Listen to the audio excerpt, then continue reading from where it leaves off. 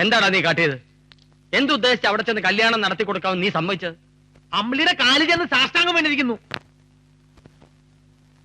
ഇതൊക്കെ രാവണനും നമ്പ്യാരും കൂടി ചേർന്നുള്ള കളിയാ. അമ്പിളിന്റെ മനസ്സിൽ നീ തന്നെയാ. എന്തായാലും നാട്ടിലൊക്കെ പാട്ടായി. നിന്നെ ചതിച്ചത് ആളുകൾ ഇളകി നിൽക്കുക. നീ എന്താടാ ഒന്നും മിണ്ടാത്തത്?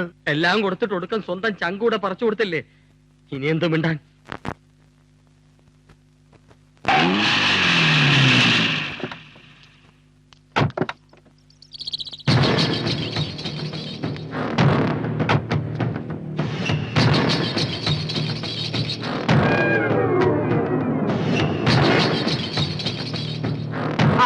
എല്ലാവരും ഉണ്ടല്ലോ. ഈ പ്രത്യേക സാഹചര്യത്തിൽ കൊട്ടാരം വീട്ടിലേക്ക് ഞാൻ വരുമെന്ന് ആരും പ്രതീക്ഷിച്ചില്ലല്ലേ? അതാണ് നമ്പ്യാര്. തോൽപ്പിക്കും തോറും സ്നേഹിക്കും.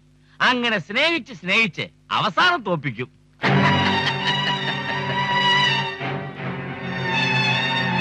അപ്പൂട്ട, നീ ചെയ്തത് വളരെ നല്ലൊരു കാര്യമാണ്.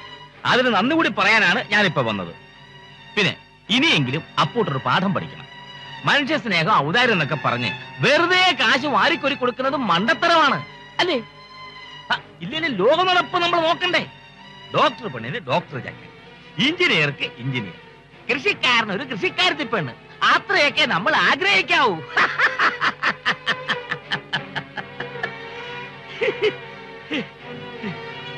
എന്തായാലും കഴിഞ്ഞതൊക്കെ കഴിഞ്ഞു. ഇനി നമുക്ക് കല്യാണം കെങ്കേമമാക്കണം.